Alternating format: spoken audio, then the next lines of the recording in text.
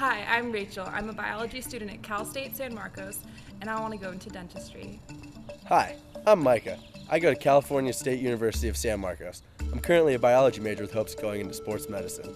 Hi, my name is Sabina, and I'm a biology student at Cal State San Marcos, and I want to be a veterinarian. This is our video all about cell division, cell growth, and cancer. The cell enters the cell cycle at the gap-1 phase. During this phase, the cell makes proteins needed for DNA replication and cell growth. The cell also takes in signals to decide if it is the correct time to divide or not. After the cell passes through the G1 to S phase checkpoint, the cell is committed to dividing and enters into the S phase, where DNA within the cell is replicated. This means all chromosomes are duplicated. The chromatids remain attached to each other at the centromere. Once the cell has duplicated its entire genome, it enters into the gap2 phase. During the G2 phase, the cell checks to ensure DNA replication occurred correctly and makes the proteins needed for mitotic division and cell growth. After the G2 phase, the cell enters the mitotic phase, where mitosis and cytokinesis occur. In mitosis, the cell goes through several phases of division: prophase, prometaphase, metaphase, anaphase, and telophase. In prophase, the DNA condenses into visible chromosomes and spindle fibers form. In prometaphase, the nuclear membrane disintegrates. Spindle fibers attach to the centromeres. In metaphase, the chromosomes line up on the midline of the cell. In anaphase, spindle fibers shorten, sister chromatids separate and move to opposite poles.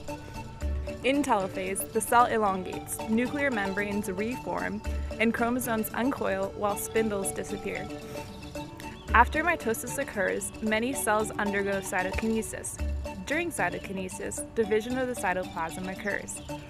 Cleaving occurs at the equator of the cell.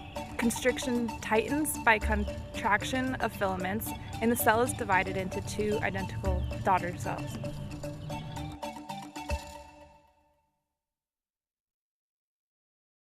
All cancers begin in cells, the body's basic unit of life. To better understand cancer, it's helpful to know what happens when normal cells become cancer cells. The genetic material, also known as the DNA of a cell, can become damaged or changed, producing mutations that affect normal cell growth and division.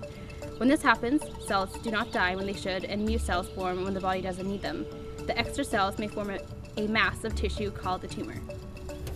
Carcinogens are a class of substances that are responsible for damaging the DNA, which in turn aids in cancer growth.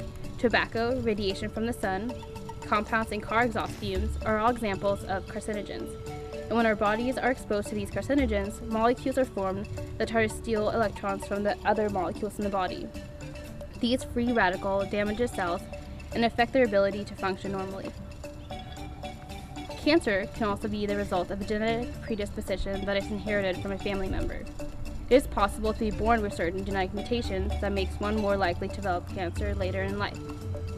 The risk of developing many types of cancers can be reduced by practicing healthy lifestyle habits, such as eating a healthy diet, getting regular exercise, and not smoking. Also, the sooner cancer is found and treatment begins, the better the chances are that the treatment will be successful.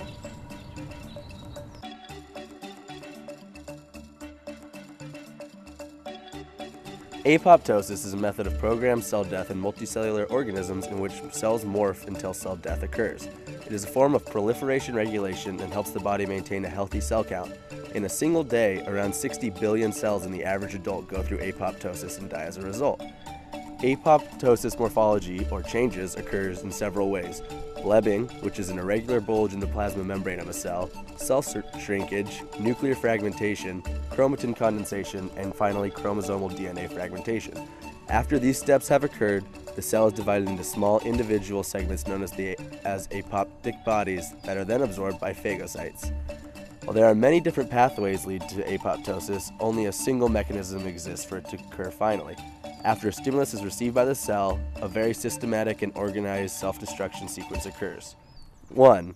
Cell shrinkage and rounding are shown because of the breakdown of proteinaceous cytoskeleton by capsases, which are cysteine proteases, an enzyme designed specifically to degrade proteins. 2. The cytoplasm appears dense and the organelles appear tightly packed. 3.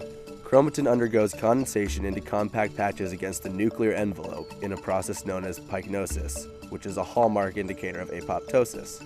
4. The nuclear envelope becomes discontinuous and the DNA inside it is fragmented. The nucleus breaks into several discrete chromatin bodies due to the degradation of the DNA. 5.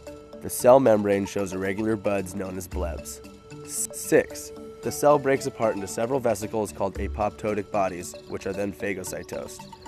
Apoptosis is not without possible malfunctions though, as excessive apoptosis leads to atrophy, which can result in neurodegenerative disorders, hematologic disorders, and tissue damage, while insufficient apoptosis leads to cancer, autoimmune disorders, inflammatory disease, and viral infection.